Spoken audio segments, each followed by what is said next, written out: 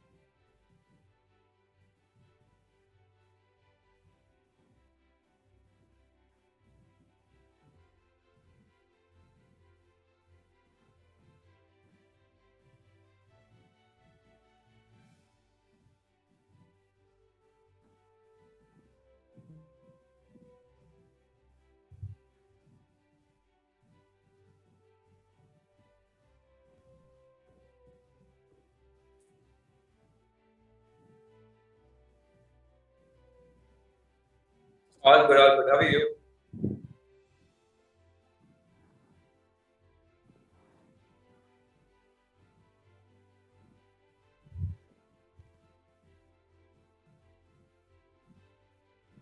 Yeah, everything is all right. A little bit humid today, but yeah, sun is shining bright, so a little bit hot as well.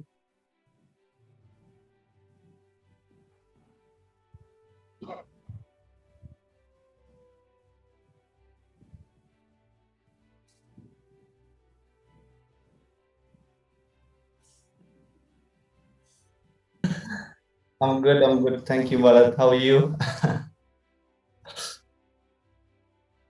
Great. Got some exams, so busy schedules. Yes. It's a lot of work. Been working on Olympic sports repeatedly. Yeah, that's true. So yeah, it's been just work, work, work. So I wake up around like 6:30 and start, and I'm working till like 1 o'clock in the night. But it's fun. I'm not complaining at all. There's a lot to cover, and the Olympics is less than 15 days away. So it's very exciting.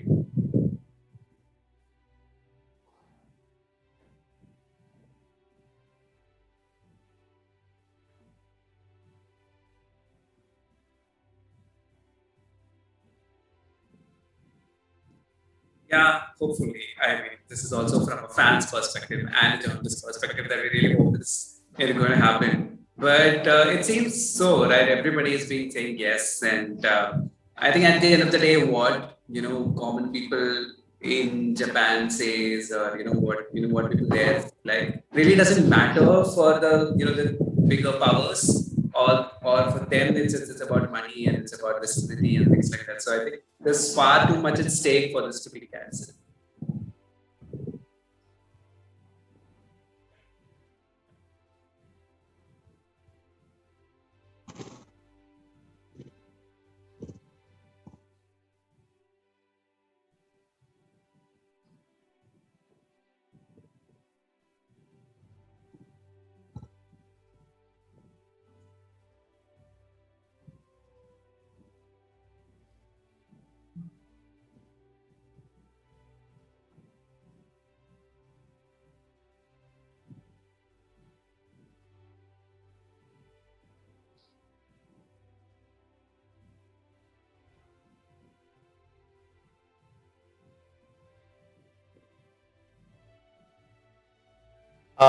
No, but then I caught the full highlights. So it was as expected. I mean, we discussed that we were going to sit back and defend like the previous game or the previous fixture in September, and that's exactly what happened.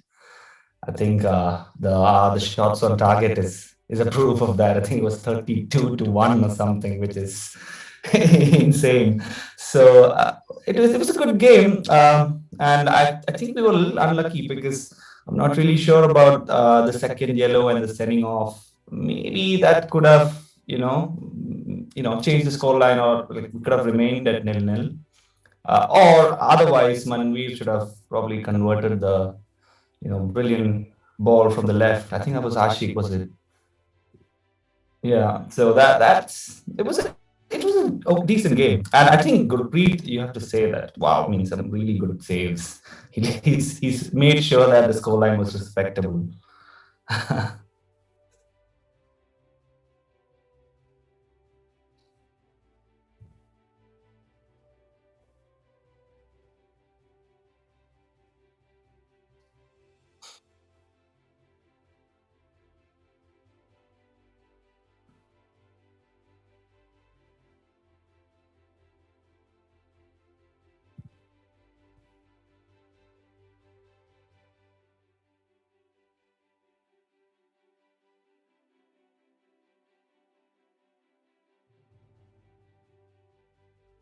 Yeah, absolutely.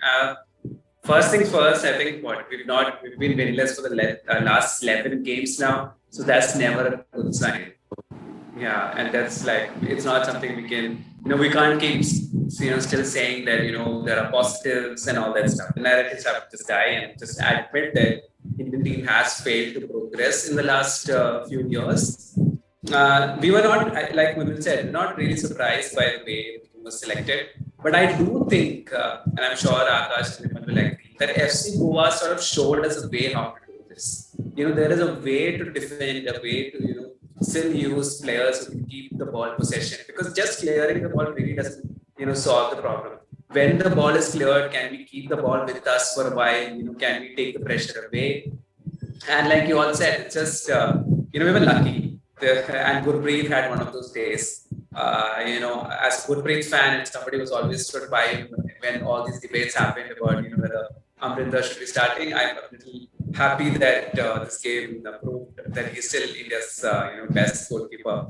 But it was one of those days we got really lucky. I think 1-0 really flatters. It deceives everybody who did not see the match. If you think it was just a 1-0 and a lucky win for Qatar, it was far from it. And yeah, I thought Qatar took it like some a drill or something, like a practice drill, because they were trying to walk in, like they wanted to walk with the ball into the goal. I think they didn't want to like shoot a lot of times and stuff like that. So very lucky, very I don't know why.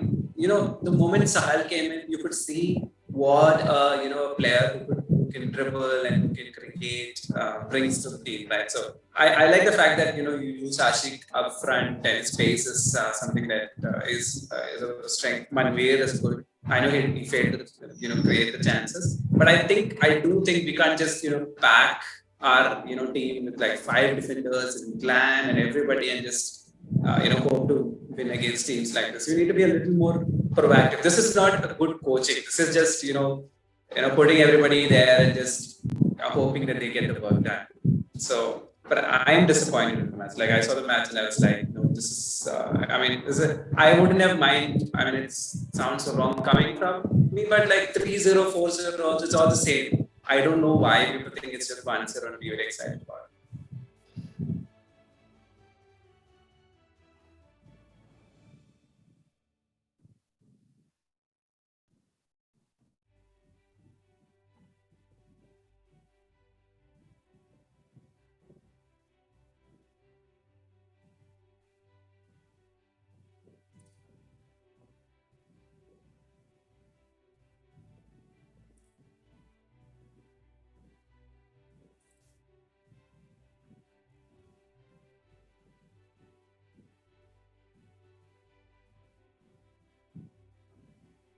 Yeah, so I was lucky to watch the game this time. I saw the full 90 minutes, but a few things that really rubbed me the wrong way was first the red card, very controversial, two yellows back to back.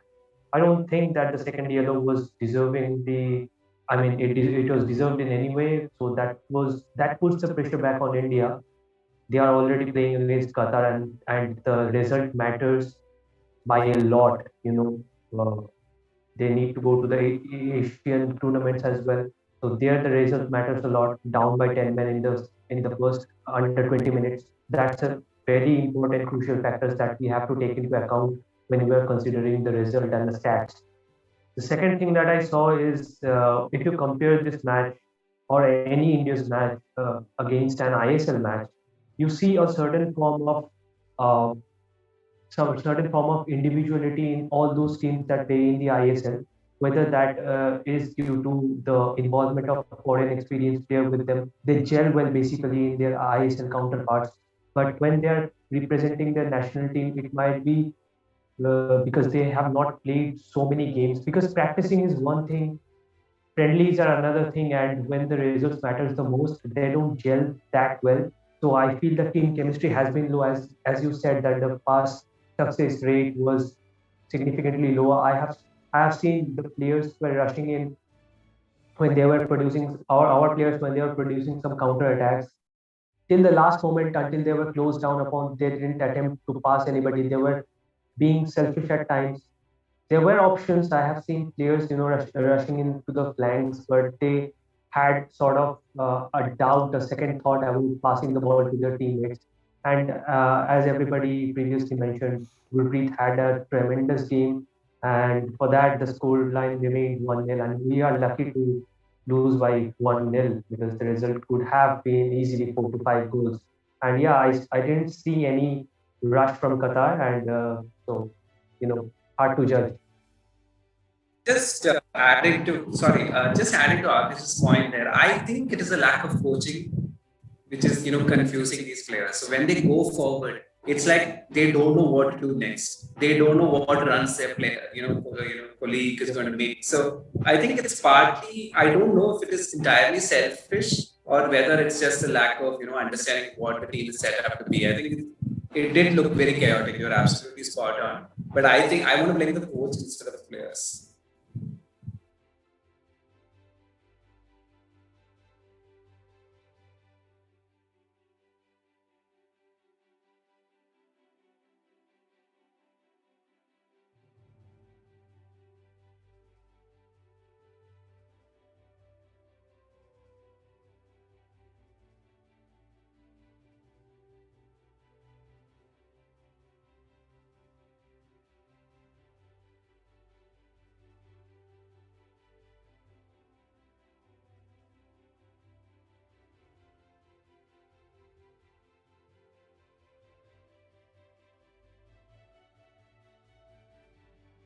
I certainly think so because I genuinely believe that we have at least two or three quality players who can actually create chances and score.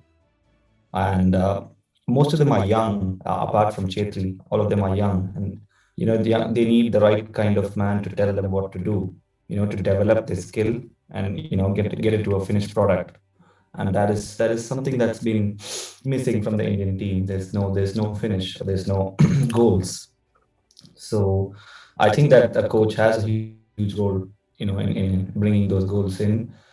And I also think that, like Akash said, maybe the Indian players play or play better if they have an experienced foreign international playing amongst them, to make that crucial pass or that touch, and which is essentially why I genuinely believe that we should let players like Roy Krishna play for India. It might make a difference. You never know. So yeah, that's what I believe. I think God has to step up, and I mean, it's not like he's had like just 2 or 3 games now. It's been a while, and maybe he should take a look at Tushar, and see how to turn around the team in a short span of time.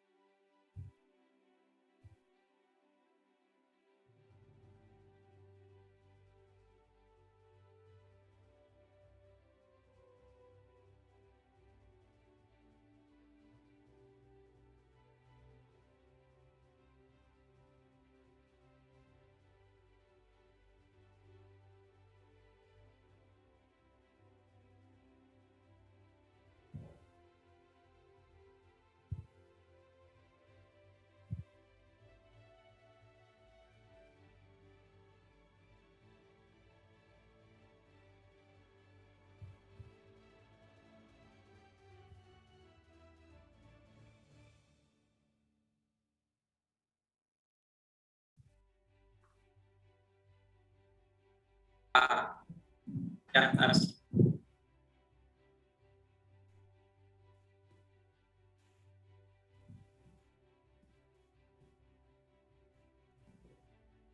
So, if you remember the last Bangladesh game, we did dominate, but we didn't know what to do with it. So, I do,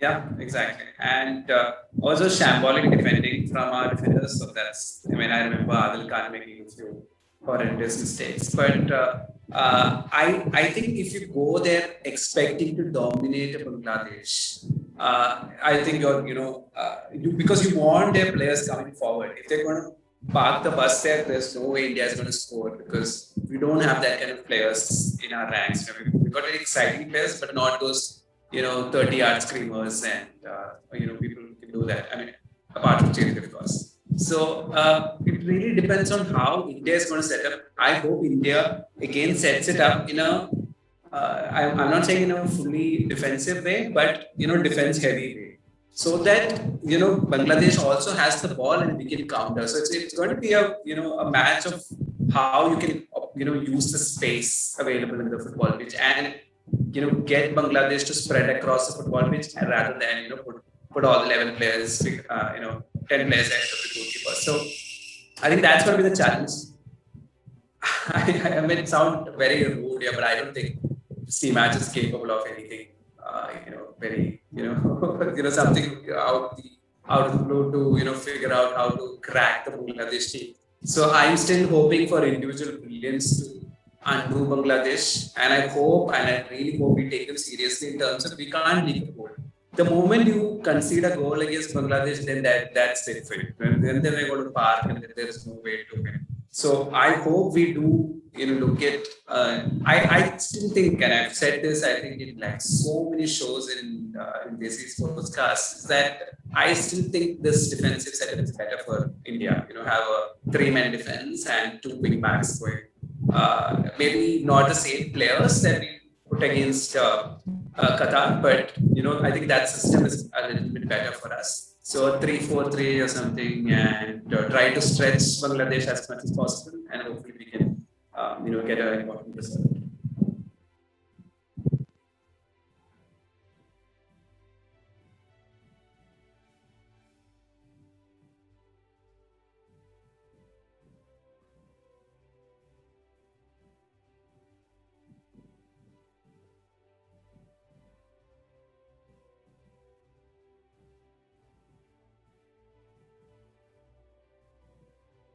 Absolutely. So far, he hasn't been able to produce the desirable results, and the desirable results are now crucial because if you want to qualify for either of the tournaments, World Cup is not a possibility, but the lower level tournaments, then you need to produce results, and you can't possibly imagine to nobody imagined that India would have to fight it out and produce like vital results against teams like Bangladesh and Afghanistan. You expect a country of 1.3 billion to produce good players that can, fit in the system and produce the results. I don't know why we have taken this long, but at the same time, if the team is not gelling well, I think there is an option to look into the ISL, select pair the players according to their team. So there is a bit of understanding between the players in each department. Like if you're going to choose three center backs, try to bring two from the same team, which has been dominant and defensively very good in the ISL. Same do for the midfielders, strikers, right flank, left flank. You can pair up and increase your chances. Also, I don't see a point. I mean, the state of the team right now, we need an astronomical rise to rise up from these group stages. And that really requires us to permit the players from Indian origin. Like there was Chopra once playing for England, and I really wanted him to come. But this immigration rules hasn't changed for cricket, hasn't changed for football, and somewhere cricket is okay, it's doing very good. But when you talk about football, we need that extra bit of push to crack the ceiling, and then onwards, when the general public ushers in their interest in football, because we need something major to do, and we need to generate that interest so that we can cultivate from this 1.3 billion, we can capitalize it to our advantage, and that hasn't been happening. And obviously the system will be criticized because the manager puts the system in place, and when the results are so demanding and the team is underachieving, obviously he will be under scrutiny.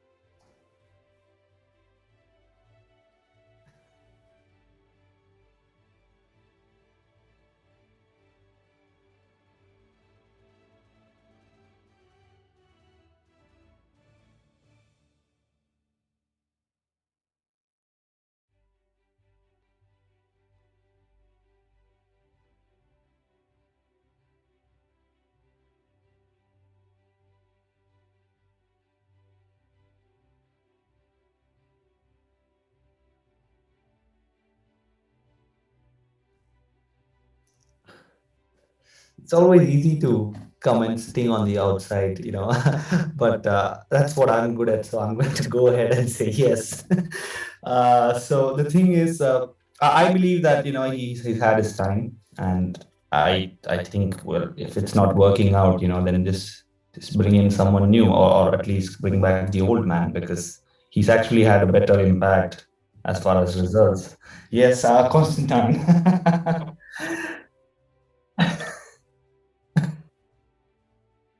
Yes, I'm thrilled. I'm thrilled. Yeah. Or otherwise, I actually think that we should give a couple of managers a chance. There are a few who have been doing well. I mean, who actually did, like, within the I League, like Khalid Jamil, for example, and he did really well with the ISL team as well. So I think that, if we are experimenting, why not give a couple of our own, managers or coaches a chance, instead of having a heavy salary package for an international manager who came with so much experience and brand name and everything. The whole Croatian saga and all that. So I think that, maybe AFF should look at alternatives, and just steady the boat a little bit. I think Constantine would be really great, because he knows how AFF works. He knows how Indian football works. I think he knows most of the players in the team as well. So would be easy to get a couple of easy results, down the road, and then maybe plan for a future. That's something that I believe. So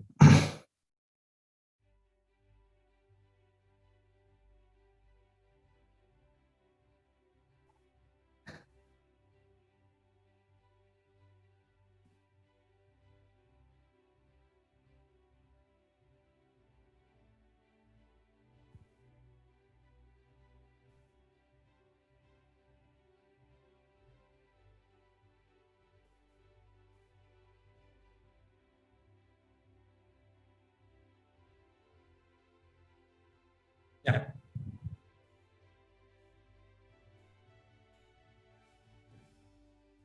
And if I may add somebody who will come with a bigger plan. So when it's very easy to blame Steam ads, and I have lots of blame Steam ads, but along the Steam ads, Isaac Doru was appointed, and we kept hearing stuff like they're planning like a fully fledged revamp of the system. There will be a certain. Am I audible? Yeah, there will be a different, I mean, a system in place, and we're looking at a 10-year project. Whoever has been involved with Indian football kind of will tell you that every 3 or 4 years we keep hearing about these 10-year plans. It'll be Lakshya 2020, this, that.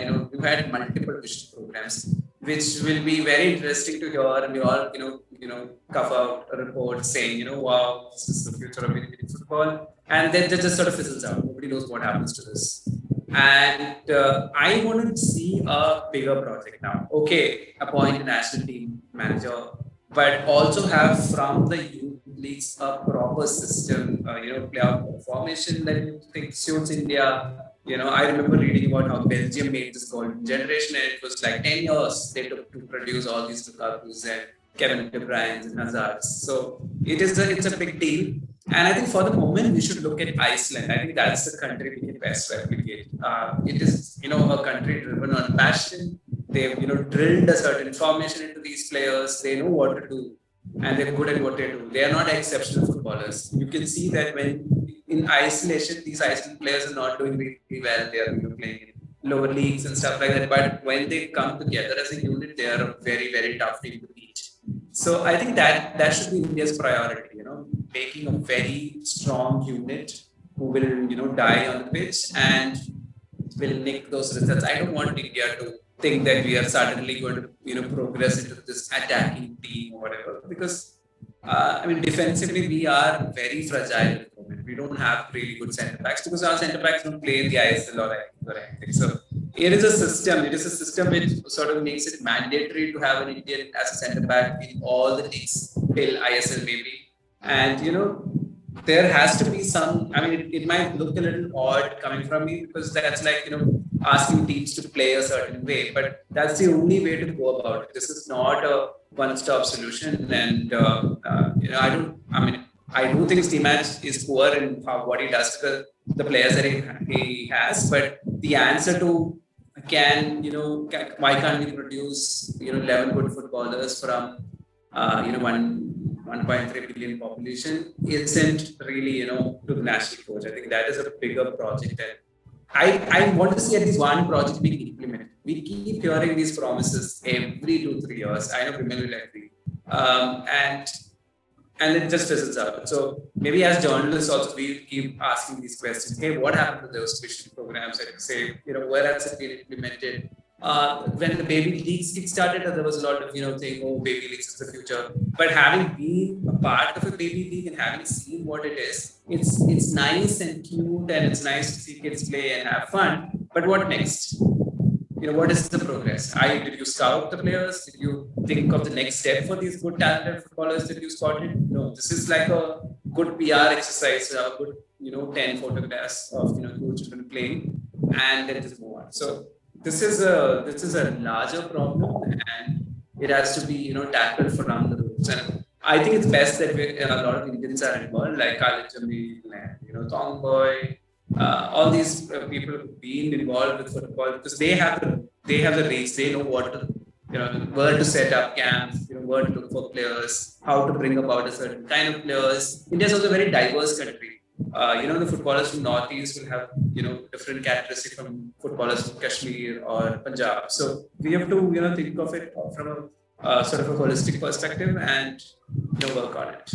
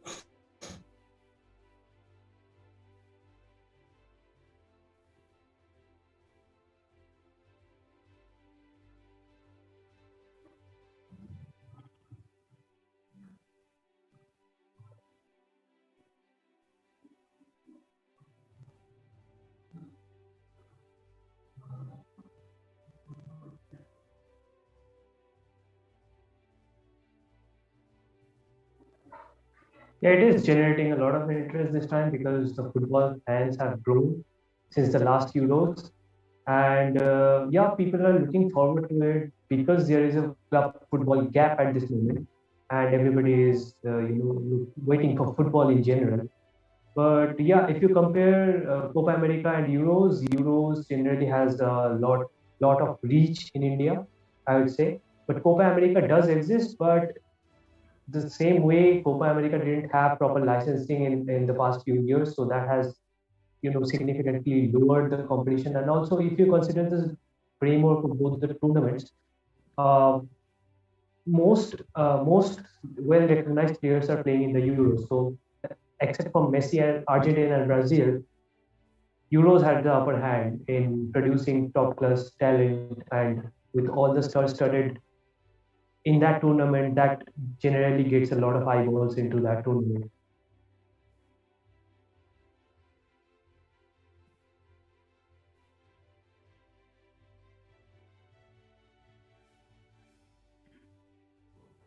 Yeah, I am. So when Tielemans scored that goal, I thought I was gonna support Belgium, but what happened slowly was you realize after a point that supporting a strong team is not your best suited policy. So I'm going with Turkey this time. I'll stick with Soichu. Yeah, weird choice, but in the friendlies they defeated a full-fledged strong Netherlands squad by 4 goals to 2. And in another game when they were up against Haaland and his men, Sonchu beautifully. I mean, they have Sonchu, Kabak, and Demiral on their center back duties. So they can be the dark horses, and they have 2 or 3 players from that Lily squad which dethroned PSG. So that's a very good squad if you consider it. So is Denmark.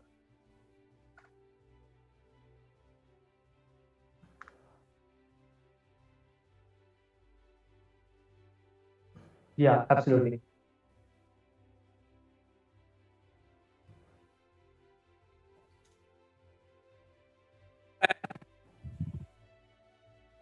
Actually, it was Netherlands, but I'm tired. I was just like, I don't think they're going to, ever improve. I think because the first football tournament that I can remember is the '98 World Cup, and Netherlands did have like a decent team then, and so I don't know, some strange fascination. And I think the I had just heard that Netherlands had like a cricket team also back then, so I was very fascinated by this country, just a cricket team and a football team. So some strange reason I got connected, and I used to like all the color orange a lot back then. So I don't know, just yeah. So I think something like that. So I've always sort of supported them. Strangely enough, I think I'll go with their enemies, Germany this time around, because there are too many. They've got Havertz and Werner and Rudiger and all these. We've got the German thing going at Chelsea here, but I think I'll be very neutral though. I'm not a big nation follower. I don't feel so much. And just to come back to Akash's point there, I think the biggest challenge for Copa is the odd timings. We will have to have like Yeah, sleepless nights to support these teams, because in Kerala, I know women will agree with me that we're mad about Brazil and Argentina. So people do sit and watch at these odd timings as well, and we do hear a lot about Copa. But unfortunately, I think somebody like me, I don't think I have that much passion to watch nation playing at that odd hours, which is probably why we like the Euros more. Um, but yeah, I think Germany. If you have to, if I have to pick a team, but I think in these tournaments I generally like underdogs. So whenever an underdog, is pitted against a favorite, I will always support the underdog. So maybe a Turkey and or maybe out of the states as well. I think Portugal's got a decent side as well, but they're that one group. Yeah, yeah, yeah.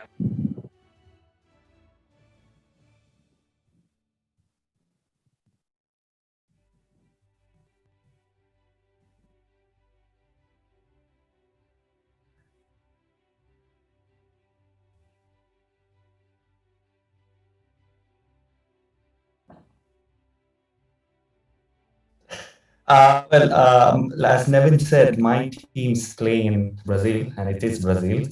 So it has always been Brazil because of my father's influence. But since this,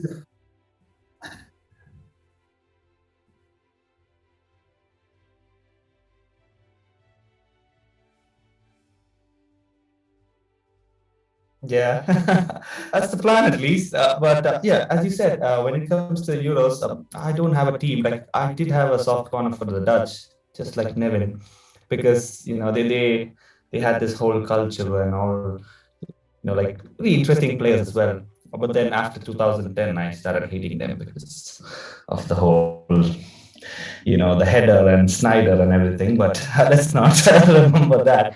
I would ideally just root for England because it's interesting. Because when I step out, I can already see people putting out flags and jerseys on their windows, and people are already talking about it in the pubs and everything. And there's like advertisements like book your seats for Euro and all that. So I like the whole build up that's happening here. It's something that I've never experienced before, so that's something new, and I'm kind of enjoying it. And I'm also like really interested in whether is it finally going to come home. So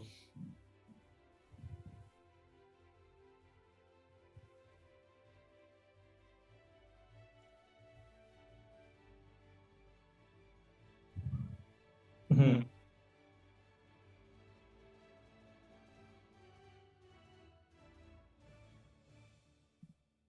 of course.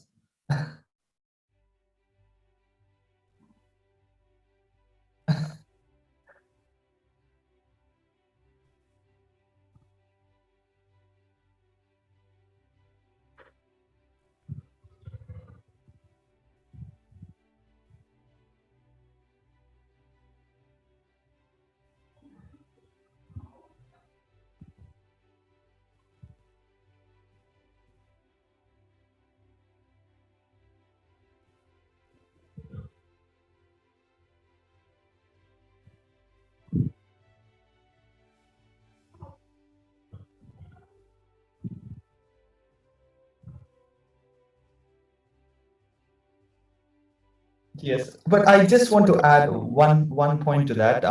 Maybe not. It's not a similarity, but England's case is somewhat similar to India because they have a brilliant lot of players. But I genuinely don't think Gareth Southgate is the right man to lead them because I don't know. I don't think he knows what he's doing.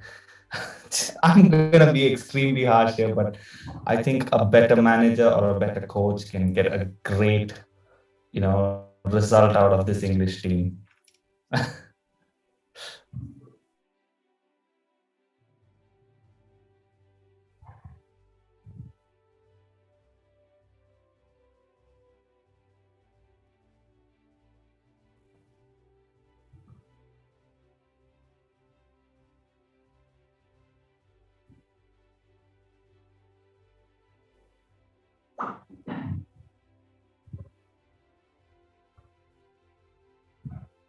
It's it's usually a keeper making a mistake, right?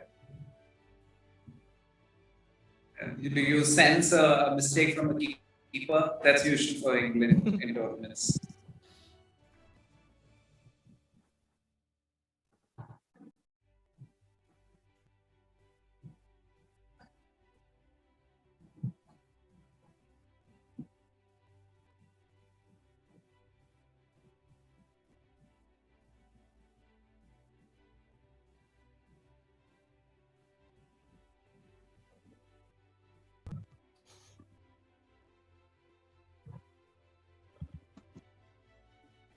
I no, I the show, but like I wouldn't know how select this England or your level. Yeah, I didn't hear you, Nevin. What was that again? Yeah, so yeah. Oh, okay. I talk about that for ages.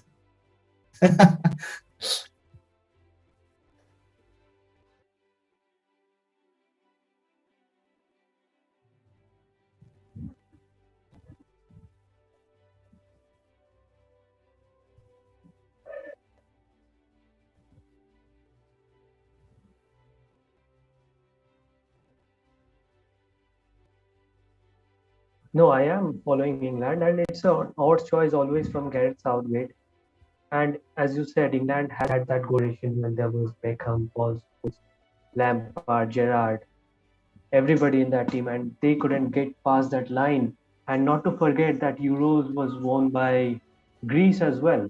So there is that odd factor that England always misses out on the big stages, and somewhat this squad is lacking that international experience because in the last game you saw they just edged past an Austria team with a 1-0 victory. So somewhere at the back of their mind, they are still the underdogs of this tournament. The matches can be in their home at Wembley, but still somehow their inexperience in this type of tournaments could really hurt them in the long run. I think the best possible bet I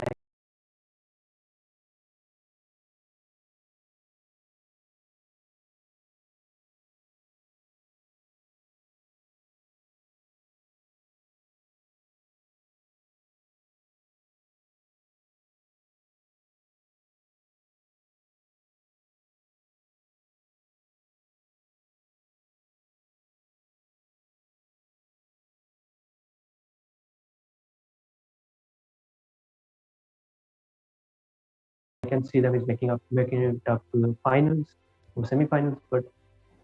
But yes, there is still that underconfidence in the England squad. So that really Uh, is the main factor. Bharat, I have another question. What is the general, because when I used to see Gerrard and Lampard and Paul Scholes play for a England side, I always thought they just hated each other and they didn't want to be the same team. But like right now, you see a Declan Rice, or Mount, or Foden, or Rashford. They all seem to be good friends. So, do you think that is, or is it just my perception changing because the coverage of football has been, you know,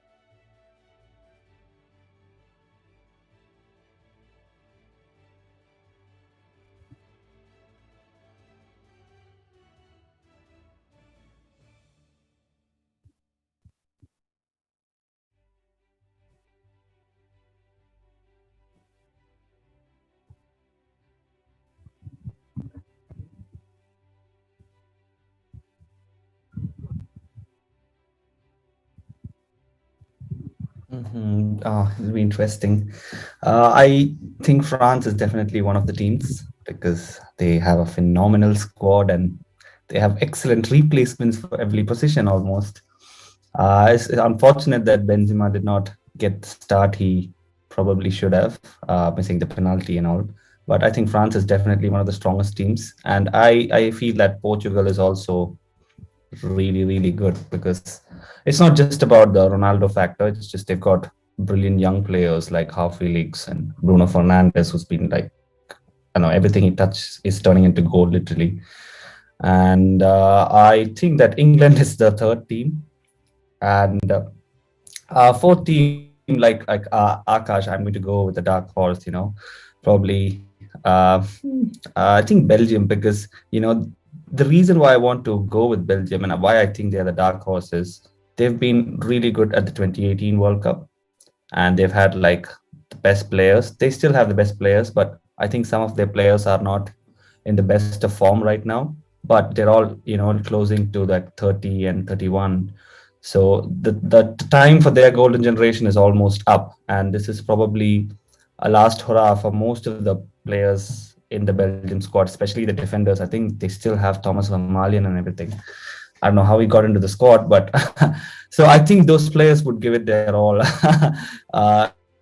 considering that they might not get a chance to put on the shirt for the national team again.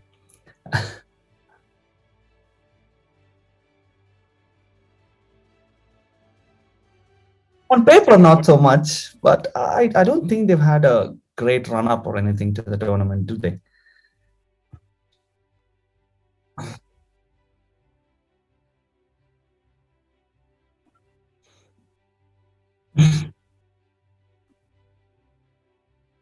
England. Yeah.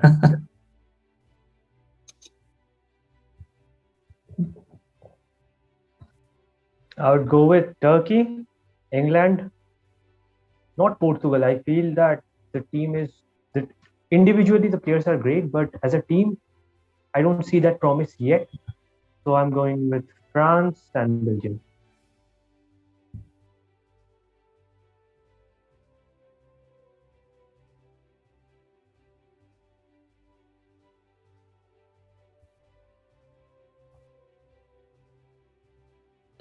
I think so, at least. I think Joachim Löw is done.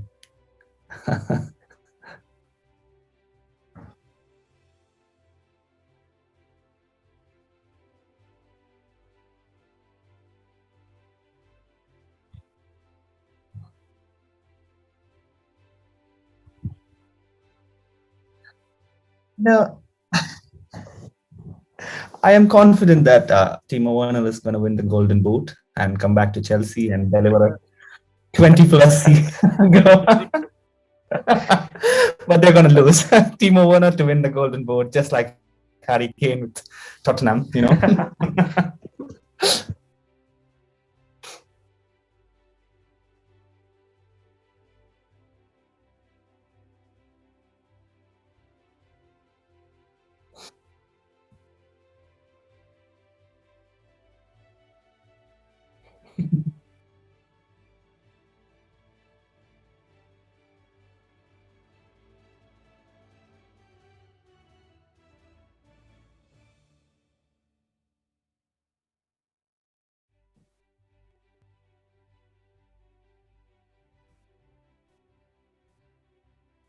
Sorry, I had mute. Basically, I think Germany is going to qualify because when they play as a nation, this is one country. I've seen players who don't play so well for clubs perform really well for the country. So I think they have enough quality to get out. And I'm also a little confused. Don't they have like 6 groups? So how does it work in terms of There are making it knockouts. There are 16? knockouts.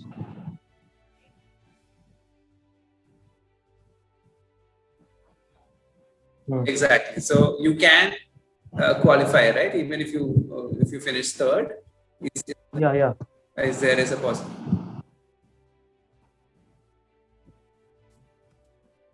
Then because I think that group is going to take each other's points. So I think it'll be a closely fought point. I don't think France is going to win all those matches.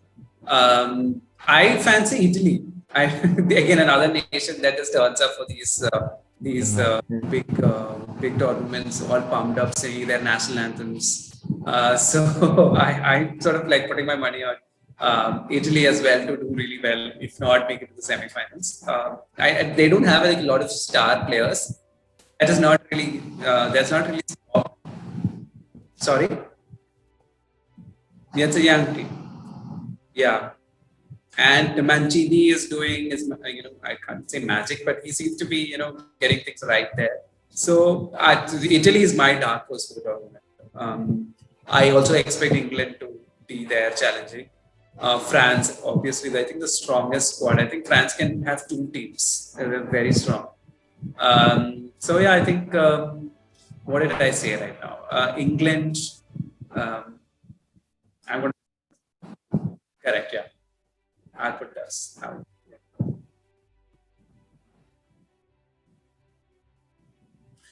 I did think of Spain. I did think of Spain, but I just did, without Ramos, and I don't know. I just felt a little, something is brewing that we don't know about. Their aversion for say Real Madrid, for example. I think something else is cooking there.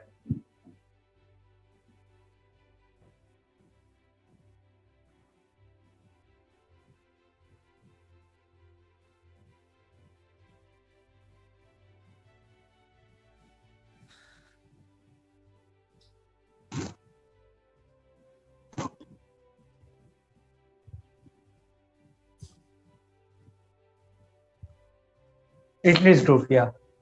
They have got an easier group, so chances are high to qualify for the next. Who else are there in that group? No, I think yeah, Turkey should go through. Unless Gareth Bale has got something lined up.